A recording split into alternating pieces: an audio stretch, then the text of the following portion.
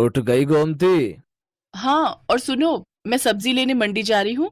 तुम ब्रेड और दूध बंटी को बोल देना, ले आएगा। चाय ब्रेड खाकर ही दवाई लेना। हाँ हाँ, ले लूंगा, तू भी ध्यान से जाना। हाँ।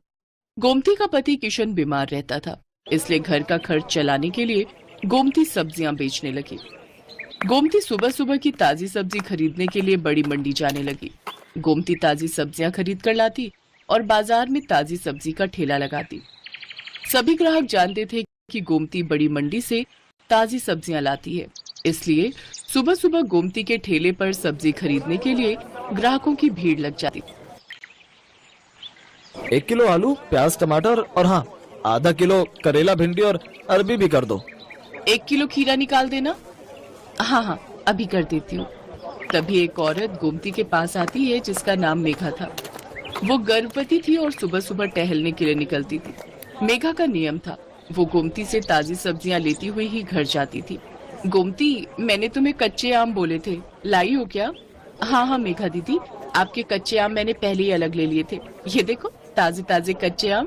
अरे वाह, इन कच्चे आमों को देखकर तो मेरे मुंह में पानी आ रहा है। वैसे कुछ भी कहो, सुबह सुबह की ताजी सब्जी की सुगंध ही अलग होती है, जो पूरे बाजार में सिर्फ तुम्हारे ठेले पर ही मिलती है।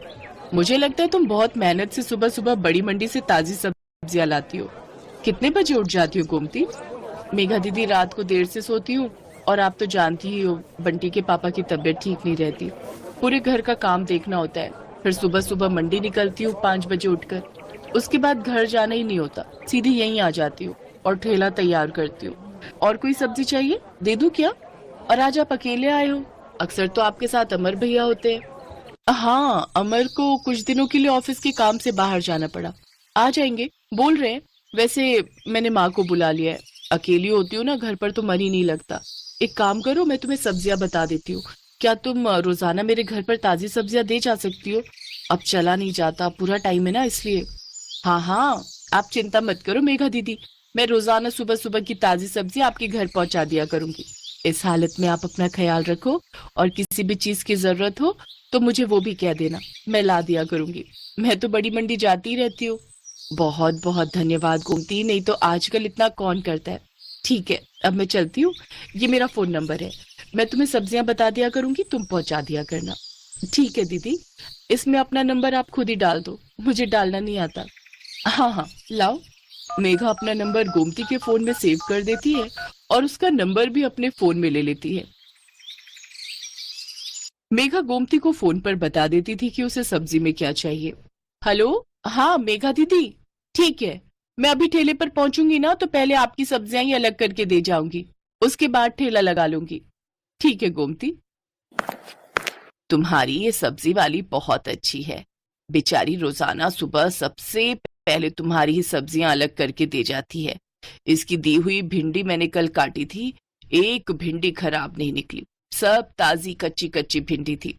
हाँ माँ, बहुत अच्छी है गोमती, पर बेचारी का पति बीमार रहता है, 3 छोटे छोटे बच्चे हैं, अकेले ही सब्जी बेचकर घर का गुजारा कर रही है। गोमती सच में बहुत अच्छे स्वभाव की थी, ये बात मेघा और उसकी मम्मी जानते थे। एक दिन बहुत तेज बारिश हो रही थी, सड़कें पानी से भर गई थी, निकलने का भी कोई रास्ता नहीं था। गोमती सब्जियां तो ले आई थी, पर ठेले पर नहीं लगा रही थी। आज तो बारिश ने परेशान कर दिया, सोच रही हूँ ठेला रुक कर लगाऊं, सड़कों पर पानी भरा हुआ है, कोई सब्जी लेने नहीं आएगा, थोड़ी देर बाद ही लगाऊंगी। अभी सारी सब्जी की बोरियां यहीं साइड में रख देती हूँ।